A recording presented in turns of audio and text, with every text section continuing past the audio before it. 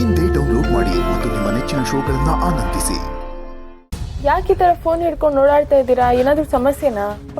ಇಲ್ಲ ಶ್ರಾವಣಿಮ್ಮ, ಹಾಗೇನಿಲ್ಲ, ಏನು ಸಮಸ್ಯೆ ಇಲ್ಲ. ಹಾಗೇನು ಸಮಸ್ಯೆ ಇಲ್ಲ ಅಂದಮೇಲೆ ಆ ಕಡೆಯಿಂದ ಈ ಕಡೆ, ಈ ಕಡೆಯಿಂದ ಆ ಕಡೆಗೆ ಯಾಕೆ ಓಡಾಡಬೇಕು? ಅದರಲ್ಲೂ ಫೋನ್ ಇಟ್ಕೊಂಡು ಏನು ಇಲ್ಲ ಅಂದ್ರೆ ಯಾಕೆ ಹಂಗೆ ಮಾಡಬೇಕು ಅಂತ. ಅದು ಯಾವುದೋ ಕಾಲ್ ಬರ್ದಿತ್ತು, ಆಟೋ ಕೇಳ್ತಿದ್ರು, ಅದಕ್ಕೆ ಕಾಯ್ತಾ ಇದ್ದೀನಿ ಅಮ್ಮವ್ರೆ. ನೋಡಿದ್ರ ಶ್ರವಣಮ್ಮ, ನಾನು ಕೇಳ್ದಾಗೆಲ್ಲ ಇದೇ ಮಾತು ಹೇಳ್ತಾರೆ. ನೀವು ಮೊದಲು ಫೋನ್ ಇಸ್ಕೊಂಡು ನೋಡಿ, ಅವಾಗೆಲ್ಲ ವಿಷಯ ನಿಮಗೆ ಗೊತ್ತಾಗುತ್ತೆ.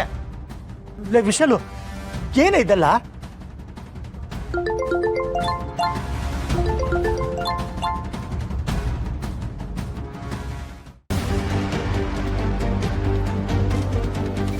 ನೀವು ಅದೇ ಈಗಷ್ಟೇ ನಿಮ್ಮನ್ನು ನೋಡಿದೆ, ನೀವು ಮಾತಾಡಿದ್ದೆಲ್ಲ ಕೇಳಿದೆ, ತುಂಬ ಸಂತೋಷ ಆಯಿತು, ಹೆಮ್ಮೆನೂ ಅನ್ನಿಸ್ತು.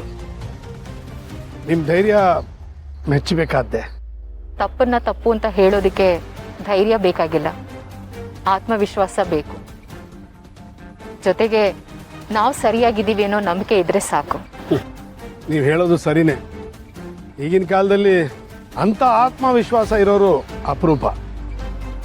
ನಿಮ್ಮ ಜೊತೆ ತುಂಬ ಸಲ ಮಾತಾಡಬೇಕು ಅಂತ ಅಂದ್ಕೊಂಡೆ, ಆದರೆ ನಿಮಗೆ ನನ್ನ ಪರಿಚಯ ಇದೆಯಾ? ಹೌದು, ನೀವು ನಾನೀಗ ಮಾರು ವೇಷದಲ್ಲಿದ್ದೀನಿ. ಇವ್ರಿಗೆ ನಾನು ಯಾರು ಅಂತ ಗೊತ್ತಾಗಕ್ಕೆ ಸಾಧ್ಯನೇ ಇಲ್ಲ. ನಾನು ನಿಮಗೆ ಹೇಗೆ ಗೊತ್ತು? ಅದೇ ಈಗ ನೋಡಿದ್ನಲ್ಲ, ಅದಕ್ಕೆ ಹಾಗಂದೆ. ಓ ಹೌದಾ, ಸರಿ, ನಾನೇನು ಬರ್ತೀನಿ. ಒಂದು ನಿಮಿಷ, ನಿಮ್ಮ ಹೆಸರೇನು ಅಂತ ತಿಳ್ಕೊಬೋದಾ?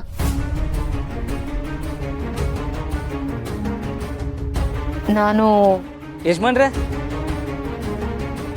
ಓ ಸುಬ್ಬು. ಸುಬ್ಬು ಇವ್ರನ್ನ ಯಜಮಾನ್ರೆ ಅಂತ ಕರಿತಿದ್ದಾನೆ. ಅಂದ್ರೆ ಇವರು ವೀರುನಾ? ಏನಾಯ್ತು, ಹೋದ್ ಕೆಲಸ ಆಯ್ತಾನಾ? ಇಲ್ಲ ಯಜಮಾನ್ರೆ, ಅಲ್ಲಿವರೆಗೂ ಹೋದ್ನಾ, ಲೊಕೇಶನ್ ಇಲ್ಲಿಗೆ ತೋರಿಸ್ತು, ಅದಕ್ಕೆ ಇಲ್ಲಿಗೆ ಬಂದ್ಬಿಟ್ಟೆ. ಸಾರಿ, ಲೇಟ್ ಆಯ್ತಾ? ಪರವಾಗಿಲ್ಲ ಬಿಡ.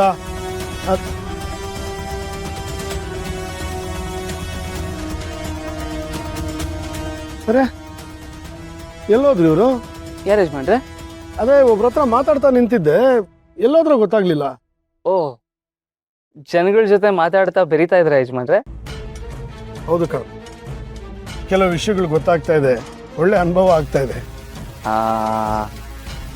ನನಗೆ ಇನ್ನೊಂದು ಸ್ವಲ್ಪ ಹೊತ್ತು ಕೆಲಸ ಇದೆ, ನೀವೇನು ತಪ್ಪು ತಿಳ್ಕೊಂಡಿಲ್ಲ ಅಂದರೆ. ನನ್ನ ಬಗ್ಗೆ ತಲೆನೇ ಕೆಡಿಸ್ಕೊಬೇಡ. I am very comfortable. ನೀನು ಹೋಗಿ ನಿನ್ನ ಕೆಲಸ ಮುಗಿಸ್ಕೊಂಡು ಬಾ, ನಾನು ಇಲ್ಲೇ ಕಾಯ್ತಾರೆ. ಸರಿ ಯಜಮಾನ್ರೆ.